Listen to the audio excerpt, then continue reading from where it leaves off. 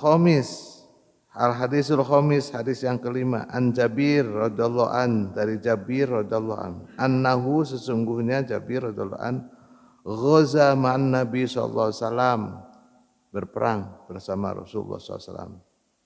Kiblat Najd, di sebelah kota Najd. Falamma qafala, tatkala kembali Rasulullah sallallahu alaihi wasallam, Rasulullah sallallahu qafala mahum, dan para sahabat pun pulang bersama Rasulullah SAW. Fadraktuhum qairatu wadin kathirin idho. Dia pun kembali bersama Rasulullah SAW, kemudian mereka di perjalanan mereka beristirahat. Fi wadin kathirin idho, di rerumputan atau di pohon-pohon yang banyak durinya. Fanazala Rasulullah SAW, maka turunlah Rasulullah SAW. Wa tafarraqan nas yastaritu bisyajarin. Lalu para sahabat berpencar menjaga Rasulullah SAW. Jadi Rasulullah itu berteduh, yang lain berpencar untuk menjaga Rasulullah SAW. Wa nazala Rasulullah sallallahu alaihi wasallam, lalu turunlah Nabi Muhammad sallallahu alaihi wasallam tahatas samuroh, di bawah pohon yang namanya pohon samuroh, yang hari ini masih ada, konon katanya masih, Pak kemarin masih ke sana yang melihat pohon samuroh. Fa'allaqo biha, maka Rasulullah SAW berteduh di bawah pohon samuroh tersebut. Saifahu wa ni'mahu naumahu. Lalu Rasulullah SAW menyimpan pedangnya, jadi ngagantelkan pedang di pohon samurah tersebut.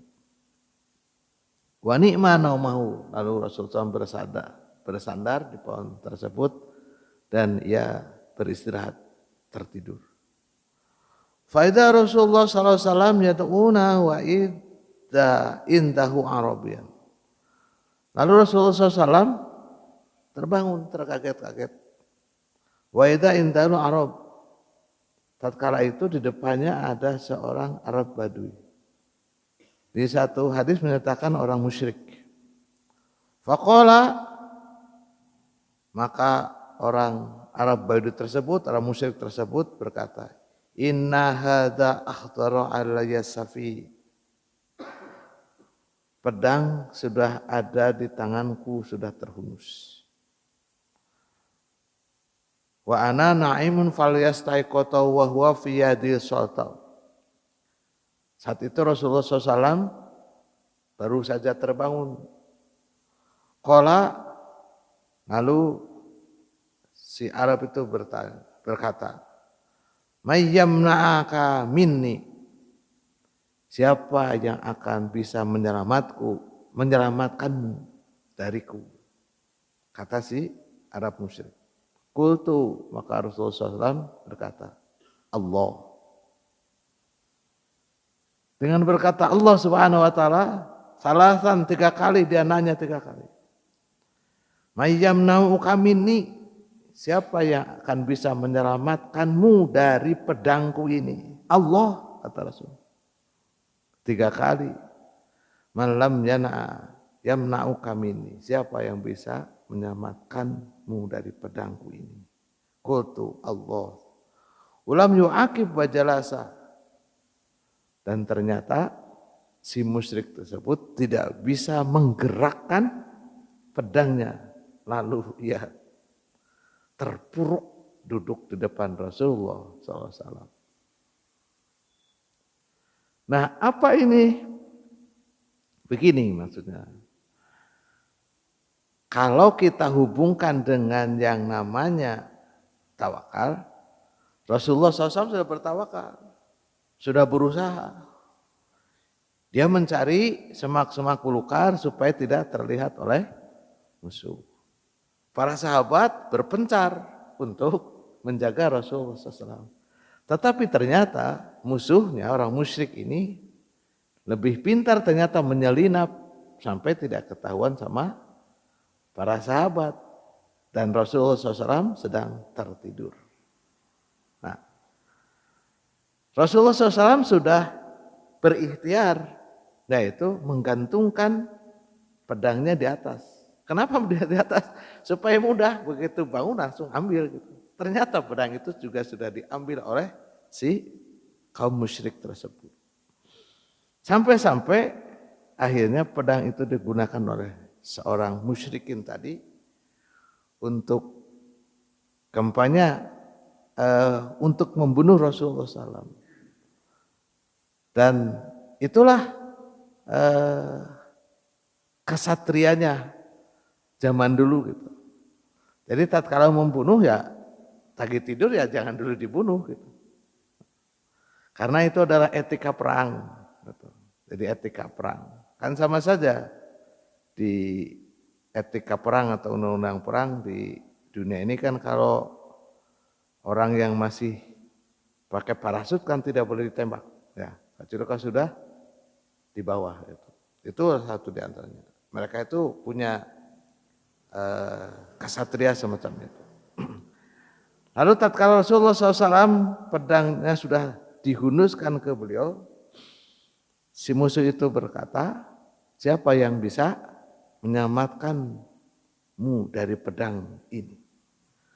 Allah jawab, Rasulullah SAW, Allah, dengan kata-kata Allah Subhanahu wa Ta'ala, itu si musuh bergetar, terpuruk, tidak bisa apa-apa. Lalu bagaimana dengan kita? Kira-kira gitu, kalau kita ada musuh semacam itu, terus kita bilang Allah, kira-kira musuhnya terpuruk atau malah tambah lawan? Kenapa? Karena kata-kata yang kita ucapkan itu berbeda dengan kata-kata yang diucapkan oleh Rasulullah SAW. Begitu Pak. Ya. Nah, bagaimana caranya supaya orang itu bergetar tatkala kita mengucapkan kata Allah dan musuh kita ini gentar, terpuruk?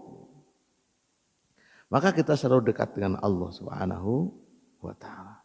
Kita harus selalu berdoa kepada Allah Subhanahu wa Ta'ala. Kita niatkan semuanya lurus kepada Allah Subhanahu wa Ta'ala. Kita ikhtiarkan semuanya serahkan kepada Allah Subhanahu wa Ta'ala. Kan beda kita mah.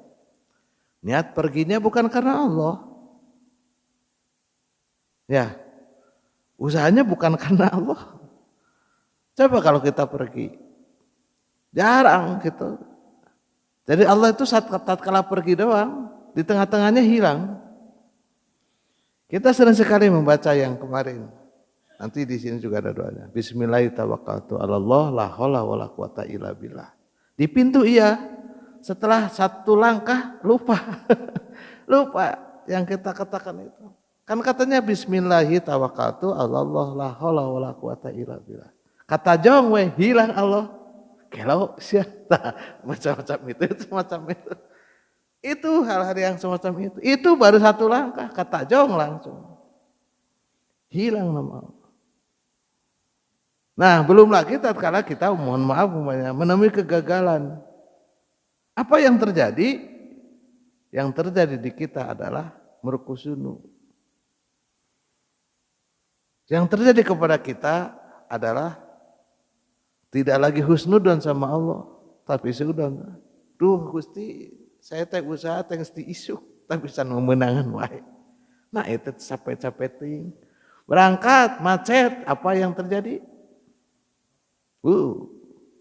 Langsung sumpah serapah keluar. Itu baru macet. Baru macet. Mohon maaf apalagi terjadi kecelakaan. Apa yang terjadi? Jadi bismillahirrahmanirrahim Allah itu hanya di dalam bibir saja. Nah, itulah yang harus kita sama-sama perbaiki. Sudah saatnya buat kita semua bismillahirrahmanirrahim Allah la haula wala quwata illa billah itu terus nyambung. Jangan hanya keluar dari rumah begitu selesai. Lalu putus, tidak. Harus continue, jangan sampai discontinue. Selanjutnya wa fi riwayatin qala Jabir, di dalam riwayat yang lain Jabir berkata, kunna ma'a Rasulullah sallallahu alaihi wasallam, sesungguhnya kami bersama Rasulullah sallallahu alaihi wasallam bidzatiz rafa, yaitu melakukan perang Zatir Rofa. Fa idza ataina ala sajaratin talilatin taraknaha li Rasulullah. Tatkala kami sampai kepada pohon yang rindang, tarkunaha di Rasulullah SAW, supaya Rasulullah SAW bisa beristirahat. Faja'a rajulun nan musyrikin, maka datanglah seorang laki-laki dari golongan musyrik. Wa saifu Rasulullah SAW mu'allakun bisyajarin fahtarat. Lalu pedang Rasulullah SAW yang sudah digantungkan di pohon itu diambil oleh dia, dan dia mengatakan, faman yamna'uka minni, siapa yang bisa menyelamatkanmu dari pedang ini. Lalu Rasulullah SAW bersabda, Allah. Nah, di dalam riwayat yang lain, sampai setelah dia itu terpuruk, pedangnya terjatuh, lalu Rasulullah SAW mengambil pedangnya. Di pedangnya Rasulullah diambil lagi. Lalu berbalik Rasulullah SAW bertanya kepada si kaum musyrikin tersebut. Pertanyaan sama, mayyamna'uka minni. Nah, sekarang giliran kamu, kata Rasulullah SAW. Siapa yang bisa menyelamatkanmu dari pedangku ini? Rasulullah SAW berbalik bertanya semacam itu. Faqala, maka kaum musyrik tersebut bilang, kun khairan ahidin, hanya engkau yang bisa berbuat baik kepadaku, karena dia tidak punya sang Tuhan. Jadi dia tidak mempercayainya. Faqala, maka Rasulullah SAW bersabda, tashhadu an la ilaha illallah wa anni Rasulullah. Kalau begitu, ayo kamu bersaksi bahwa Allah itu adalah esa, tiada ilah kecuali Allah Subhanahu wa taala, dan sesungguhnya aku ini adalah Rasulullah, utusan Allah. Qala, lalu si musyrik itu berkatalah, enggak mau. Bayangkan saja, ternyata tidak mau. Walakinni a'ituka alla ufatiraka, tetapi aku tidak akan memusuhimu dan tidak akan memerangimu. Wala akunu ma'aqomi biqatlatika, dan kami tidak akan bergabung dengan orang-orang yang memerangimu. Fakhala sabilahu, maka Rasulullah membiarkan. Hebatnya Rasulullah SAW. Coba kalau kita, orang tersebut sudah mengancam kita dengan pedangnya. Ya, lalu orang tersebut menyerah kampanye. Pedangnya diambil oleh kita, kira-kira kita kemana? Langsung ditebas, nggak bakal ditanya. Sok ayeuna siaeun, pasti semacam itu. Rasulullah tidak. Sampai boleh kalau begitu kamu masuk Islam? Tidak, dia menolak. Bayangkan, dan dibiarkanlah pergi dia. Masya Allah. Lalu fa'ata ashabahu, lalu orang musyrik tersebut datang kepada para teman-temannya atau gerombolannya. Faqala, lalu ia berkata, ji'tukum min indi khairin nas. Aku telah bertemu dengan seseorang yang paling baik di dunia ini dan paling baik akhlaknya. Maka Rasulullah SAW itu adalah orang yang paling baik akhlaknya. Jangankan sama sahabat, sama musuhnya saja yang sudah di depan gitu ya, yang sudah menghunuskan pedang, lalu pedang jatuh, ia tidak dibunuhnya, dibiarkannya, dan dia tidak masuk Islam, ya nggak apa-apa, silakan saja. Tapi dia sudah mengakui bahwa saya baru kali ini bertemu dengan orang yang paling baik sedunia ini akhlaknya, masya Allah. Nah itulah.